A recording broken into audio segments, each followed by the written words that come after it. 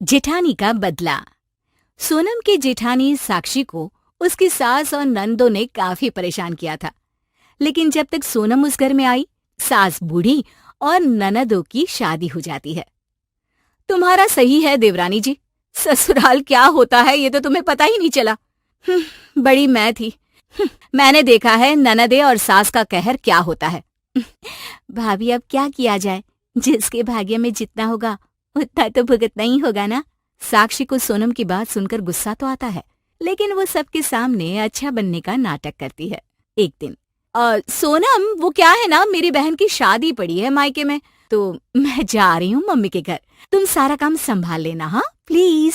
अब सोनम घर का सारा काम करती, जेठ को खाना देती, जेठानी के बच्चे देखती और दिन भर किचन में काम करती। सोनम का पति विवेक एक दिन उससे कहता है, सोनम, भाभी कहाँ है? घर का सारा काम तुम ही करती रहती हो, बच्चों से लेकर भैया और मुझे। भाभी मायके गई है, उनकी बहन की शादी है ना। शादी है नहीं थी, माँ बुजुर्ग है, चल फिर भी नहीं सकती, ऐसे में तुम माँ को भी देख रही हो। भाभी को अब तक तो वापस आ जाना चाहिए था।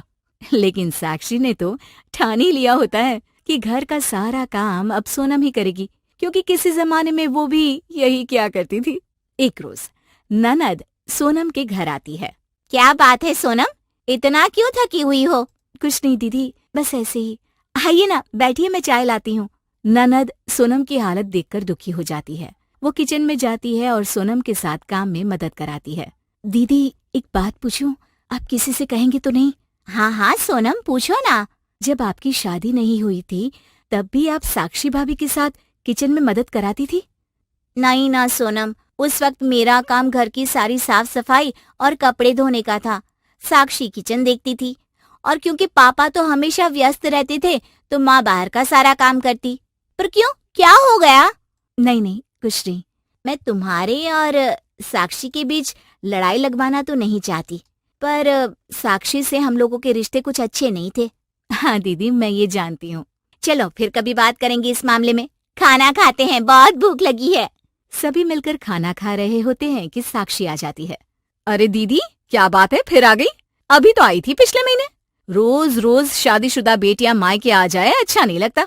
फिर आप लोगों की मम्मी भी बीमार है, घर का सारा काम, खाना पीना। अरे सोनम थक जाती है।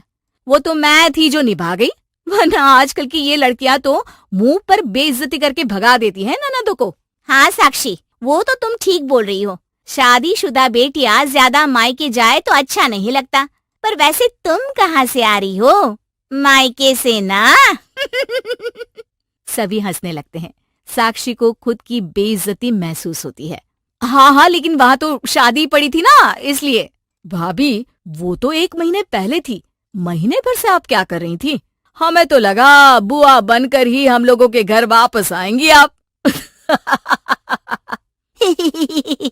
कैसी बात कर रहे हैं देवर जी? बीवी को काम करना पड़ रहा है तो ऐसी बात याद नहीं जब भाभी अकेली सारा दिन लगी रहती थी? भाभी माँ समान होती है, और अगर आपने हम लोगों के लिए किया तो उसमें क्या हुआ? खैर, चलती हूँ मैं। ननद घर से चली जाती है, लेकिन घर का माहौल साक्षी के कारण वैसा ही रहता है। हाँ सोनम, वो क्या है ना, कल मैंने घर में कीर्तन रखा है, तो सुबह जल्दी उठ जाना। मैंने तो इस घर में पूरे 10 साल तक सुबह 5 बजे उठकर खाना बनाया है। हाँ भाभी, जरूर। अगले रोज सोनम सुबह 5 बजे उठकर काम करने लगती है, लेकिन 10 बजे जब साक्षी सोकर उठती है। और सोनम, ये घर में गेंदे के फूल क्यों सजा रखे हैं? कोई शादी है क्या? सोनम निराश सी हो जाती है। भाभी, आपने ही तो बोला था कि आज कीर्तन है। अरे हाँ, मैं बताना ही भूल गई, पंडित जी ने ना आज का कैंसिल कर दिया है, कल रखा है उन्होंने। भाभी बता देती ना, मैं आज 5 बजे से उठी हूँ। अरे हाय हाय, बड़ी जबान चल रही है तेरी। तू जानती है इस घर के बारे में? अरे 5 बजे उठकर नहाकर पूरा किचन किया है मैंने इस घर का। बड़ी आई, तुझे तो ऐसा कुछ करना ही नहीं पड़ता। तभी वहाँ साक्षी का पति संजय आ जाता है। साक्षी, तुम इसलिए उठती थी क्योंकि पापा की जॉब होती थी, माँ खाना नहीं बना पाती थी हेल्थ के कारण, लेकिन इसका मतलब ये नहीं कि तुम सोनम को परेशान करो। सोनम चुप रहती है। वो समझ नहीं पाती कि साक्षी ऐसा व्यवहार क्यों कर रही है। फिर वो वक्त भी आ जाता है जब सोनम माँ बनने वाली होती है। सोनम, अब घर का सारा काम बंद, 9 महीने तुम सिर्फ आराम करना। लेकिन घर का काम कैसे होगा? भाभी अकेले नहीं कर पाएंगी। अरे तो मैं फुल टाइम मेड रख लूंगा ना। अगले दिन घर में काम वाली आती है। अरे अरे कहाँ घुसी जा रही हो, कौन हो?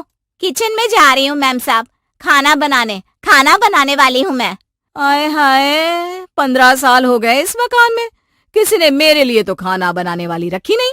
भाभी वो सोनम प्रेग्नेंट है ना, तो इसलिए। साक्षी ये सुनकर गुस्से से लाल हो जाती है। मेरे 3 बच्चे हो गए, एक काम वाली किसी ने नहीं रखी, और सोनम के लिए काम वाली? ये क्या बात होती है? तभी वहाँ सास आ जाती है। साक्षी, मैं बीमार औरत हूँ, हमेशा तूने घर देखा, इस घर में औरत की जरूरत होती है। तू जब ब्याह कर आई तो विवेक छोटा था, तेरे पति का काम नहीं था, सिर्फ ससुर की कमाई में घर चलता था। भगवान की दया से घर की कमाई बढ़ी है। साक्षी सास को बीच में ही रोक देती है। हाँ हाँ, तो क्या सारा पैसा महारानी जी के ऊपर लगा दें? देखो काम तो वही करेगी और पूरा करेगी, मैंने भी तो किया है काम, तो ये क्यों आराम करे? अरे शर्म कर साक्षी, उम्र में कितनी छोटी है तुझसे, ये क्या बात हुई? देखिए भाभी, मैं सोनम को लेकर अलग हो जाऊंगा और माँ को भी ले जाऊंगा, आप अपना घर देखिए। हाँ हाँ तो जाओ ना, अरे मैं नहीं डरती काम करने से। विवेक माँ के साथ सोनम को लेकर अलग हो जाता है। वक्त बीतता है, फिर एक दिन साक्षी का बेटा उसके पास आता है। माँ मैं फेल हो गया। मैं भी रोज रोज लेट ऑफिस पहुँच रहा हूँ, मुझे नहीं लगता कि मेरी नौकरी ज्यादा चल पाएगी। माँ चाची थी तो कितना अच्छा था, हम पढ़ भी लेते थे, खाना भी वक्त पर खाते थे, और दादी भी कितनी अच्छी बातें सिखाती थी हम लोगों को। साक्षी, तुमने सिर्फ जलन और बदला लेने की चाह में घर को खराब कर दिया। तुम बड़ी थी, बड़ी बनकर रहती तो अच्छा लगता, पर अब तुम्हें कौन समझाए? पर साक्षी को समझ में आ जाता है कि घर कैसे चलता है। वो सबसे माफी मांगकर सबको घर ले आती है और सब साथ में खुशी खुशी रहते हैं।